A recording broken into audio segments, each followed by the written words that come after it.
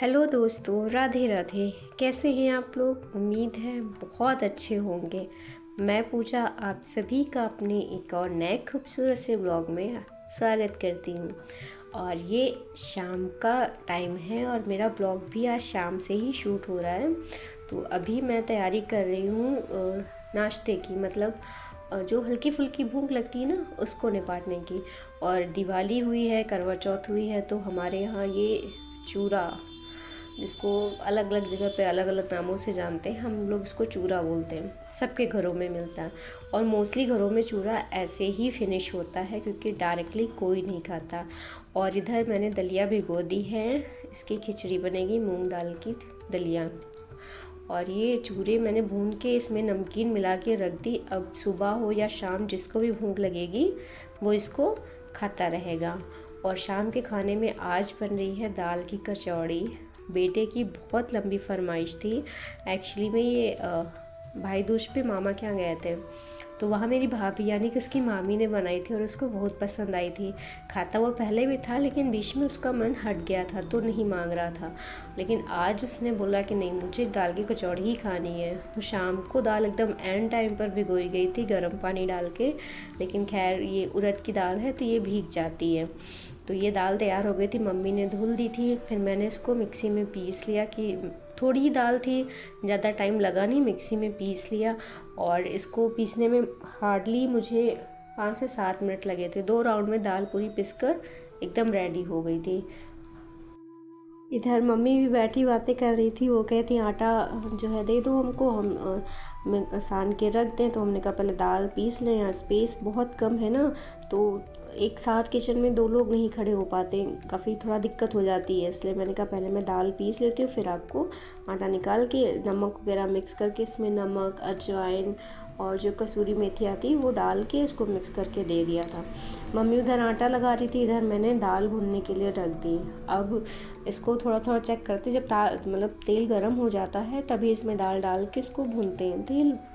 और तेल जो है ना बहुत ही नॉर्मल डालते हैं कि एकदम चिपके नहीं, बस इसलिए तेल डालते हैं। अदरवाइज़ कुछ लोग को मैंने सुना है कि वो लोग बिना तेल डाले ही दाल भूनते हैं, तो मेरे से लेकिन नहीं होता है।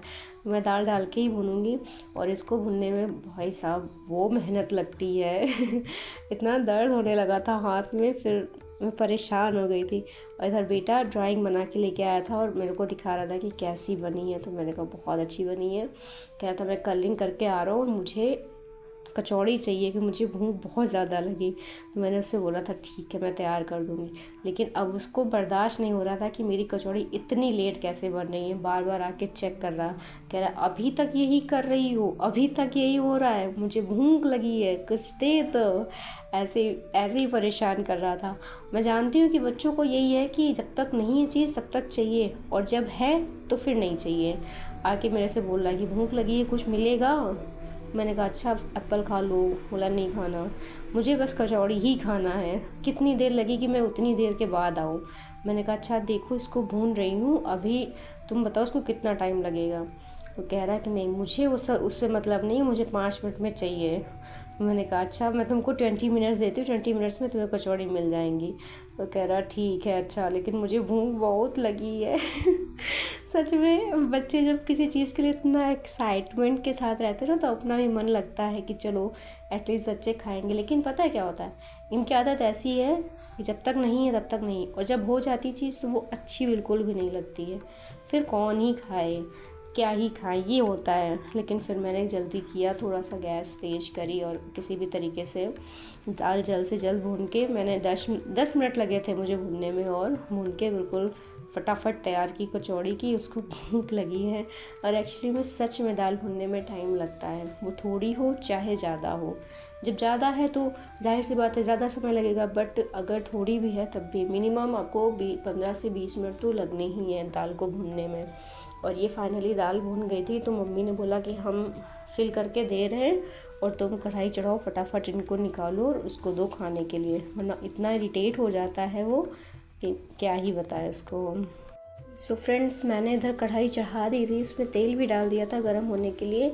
और इधर मैं कचौड़ी बेल के एक एक करके डालती जा रही थी। और जैसे ही कचौड़ी पकी और फूली फूली बैलून जैसे देख के बच्चा सच में बहुत खुश हो गया। और ये उसी की डिमांड थी, बेटी को मेरी आलू की ज़्यादा पसंद है और दाल की कम, लेकिन गरम गरम थी तो दही के साथ इन दोनों ने खाई। वैसे ये मुझे पर्सनली चाय के साथ बहुत अच्छी लगती, लेकिन अब शाम को खा रहे थे तो चाय नहीं ले रही कि मतलब अरे यार चाय कौन पिए, तो सुबह का हो जाता है, इसलिए चाय नहीं बनाई थी। दही से मैंने भी खाई थी और सच में मतलब मेहनत सफल हुई। बच्चों को भी अच्छी लगी और हस्बैंड को भी अच्छी लगी, सबको अच्छी लगी।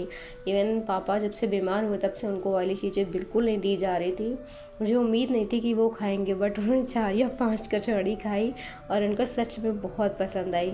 उनके हिसाब से मैंने बहुत ही सॉफ्ट पकाई थी, ज़्यादा कुरकुरी नहीं की थी, लेकिन मेरी बहुत कुरकुरी हो गई थी जो मैंने अपने लिए बनाई थी। और वो खाते से मेरे तारू में लग गई, ऊपर दांत में, मसूड़े में, और वहाँ पे स्वेलिंग आ गई। फिर गरम गरम थी, जल्दी जल्दी खा रहे थे और क्या ही बताएं।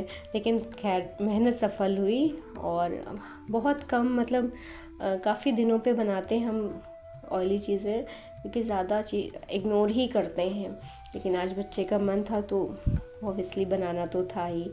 तो आज कुछ बस ऐसे ही आपके साथ थोड़ी सी बातें कर ली। कोई बहुत ज़्यादा हमने शूट भी नहीं किया था दिन में, क्योंकि बहुत ज़्यादा बिजी शेड्यूल था आज। मुझे सच में टाइम नहीं मिला था कि मैं कुछ और चीज़ें शूट करूं, इसलिए मैं कुछ भी शूट नहीं कर पाई थी। और ये सारी कचौड़ियाँ बन गई थी, इधर बनती जा रही थी और खाने वाले खाते जा रहे थे, क्योंकि गरम गरम रहती हैं तो ज़्यादा बेटर रहता है। मतलब निपट जाती है। अगर ठंडी हो जाती तो फिर मज़ा नहीं आती। इधर लास्ट में मैंने अपने लिए भी निकाल ली थी, मम्मी को भी निकाल के दे दिया था और मैंने अपने लिए निकाल ली थी। अब मैं इनको खा करके चुपचाप से सो जाऊंगी, बाकी सारे काम कल करूंगी क्योंकि संडे है कल। तो कैसा लगा मेरा आज का ब्लॉग, प्लीज़ मुझे कमेंट करके ज़रूर बताइएगा। और मेरे चैनल पर नए हैं तो प्लीज़ सब्सक्राइब करके ज़रूर जाइएगा, आप सबसे रिक्वेस्ट है। Thank you so much. मैं मिलती हूँ आपसे एक और नए खूबसूरत से ब्लॉग में, तब तक के लिए बाय बाय, टेक केयर।